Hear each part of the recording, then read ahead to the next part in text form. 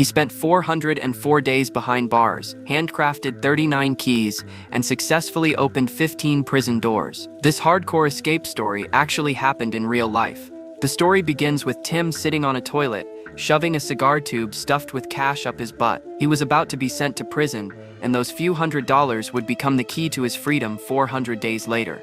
He'd been sentenced to 12 years for opposing an unjust regime, while his partner Stephen got 8 years. Both men were shipped off to serve their time at the heavily fortified Pretoria prison. After an incredibly thorough search that included checking inside their mouths and passing through more than 10 heavy steel doors, they finally reached their cells. Each cell had 2 additional iron doors outside it. Luckily, Tim was placed right next to Stephen.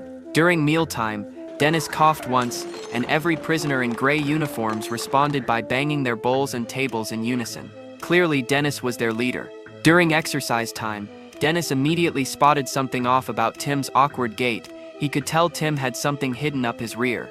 He advised Tim to forget any ideas about escaping, because the prison walls were 20 feet high and covered with razor wire. Massive searchlights provided 24/7 coverage with no blind spots, and snipers in the guard towers worked in rotating shifts. Sweating profusely, Tim struggled to finally pass the cigar tube. Dennis helped him seal the cash inside a toothpaste tube and placed it somewhere visible. Every day, Tim stared intently at the keyhole in his cell door. On day 23, he finally came up with a plan. He pressed a piece of white paper over the door lock to get an outline of the keyhole.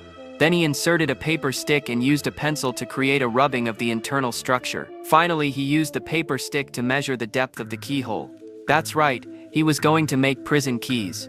What seemed like an insane escape plan actually got support from his fellow inmates. During meals, other prisoners would deliberately knock over their trays so Tim could observe the guards' key shapes. When guards came over to lecture them, Stephen would even openly provoke them just to buy Tim more time. After several days of observation, Tim mentally recreated his cell door key over and over in his head. From then on, Tim seized every possible opportunity to study keys.